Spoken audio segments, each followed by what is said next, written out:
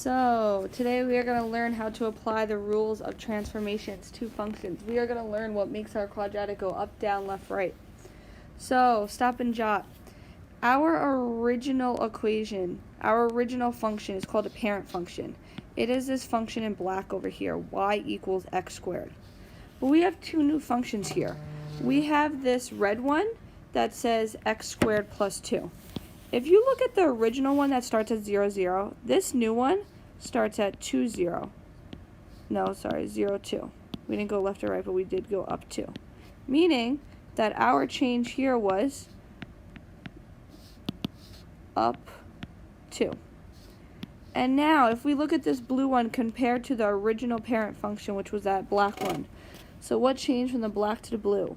Well, the blue vertex is 0, negative 2, meaning that it went down 2. So what we just learned is that anytime you have a number outside of the x squared, if it's outside and it is positive, that would make the graph go up. And if the number is outside and it's negative, that would make the graph go down. I wrote the wrong thing. That would make the graph go down. All right?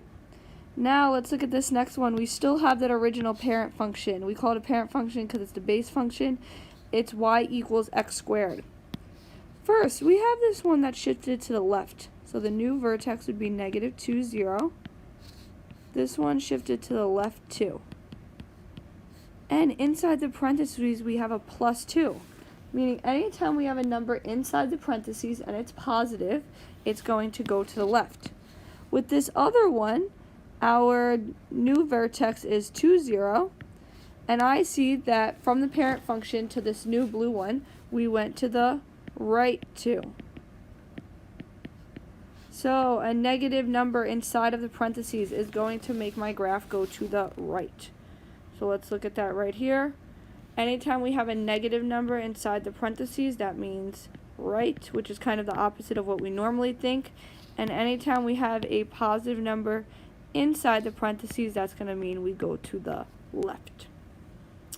All right, now let's look at this one. I see my original function was the x squared one, where it starts at 0, 0 and it goes up. But this new one looks like it's going down. There's a few things we could say here. We could say that it opens downwards, because you guys see it's facing downwards. Or some of you guys might have said it got flipped. And another word we could use for flipped that's more mathematically correct is that it got reflected. But we need to understand, where did it get reflected? Did it get reflected horizontally or vertical? Well, I see horizontally because it's starting to go down, which means it was reflected over the x-axis. Those are two different ways we can word the transformation that happened. So anytime we have a negative in front of our x squared, we are going to say that it got reflected over the x-axis. And the last type of change that we could have is, if we have a number in front of x squared and it's greater than 1, we are going to say that it gets narrower or compressed. Basically, you can see that it's starting to fold in on itself. And if we have a number outside of the x squared that is between 0 and 1,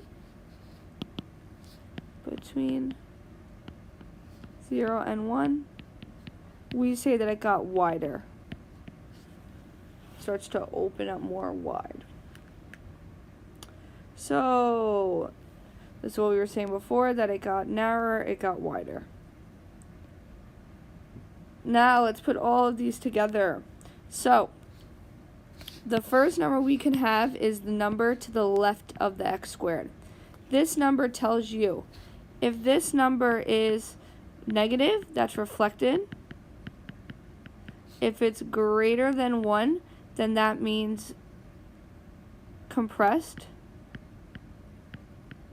And if it's smaller than 1 but bigger than 0, that would mean wider.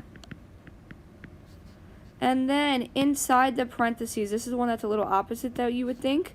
If it's inside the parentheses and it's positive, that means left. And if it's negative, that means right. And then lastly, if we have a number outside, then if it's positive, you went up, and if it's negative, you went down. And those are all the rules that we can have for quadratics. So some things that we can be asked on the Regents is we could be asked to write down what changes would occur. So you're going to see each number that you see and write something about it. So that 3, because it's greater than 1, that means the graph got compressed by 3. And then I have that -4 that's inside, which means I went to the right 4. Those are the 2 changes that happened. Now let's look at this one. I have that negative on the outside. The negative means reflected over x-axis. And that +2, since it's inside, means we went to the left 2.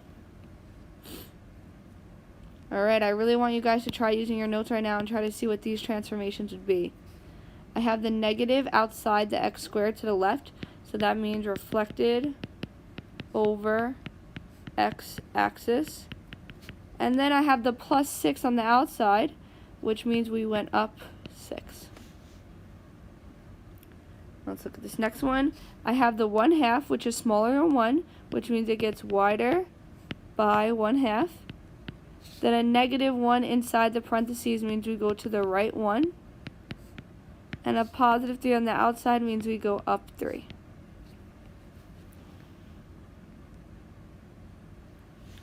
This one, we have the 1/4 on the outside, which means it got compressed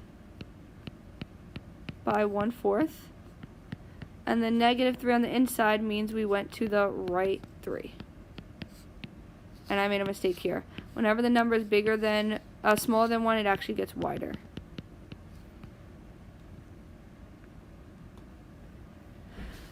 This one's going to have a little bit of everything. So the negative means it got reflected over x-axis. The 2 is bigger than 1. Don't worry that it's negative, just worry about the actual number. The 2 would tell us that we got compressed by 2. Then the number inside the parentheses either means left or right, and because it's positive, that means we went to the left 7. And the number on the outside tells us up or down, so that means we went up 2. You could also just graph this and look at the new vertex and see what change you see happened. Alright, and that sums up our lesson on reflections. Nice job.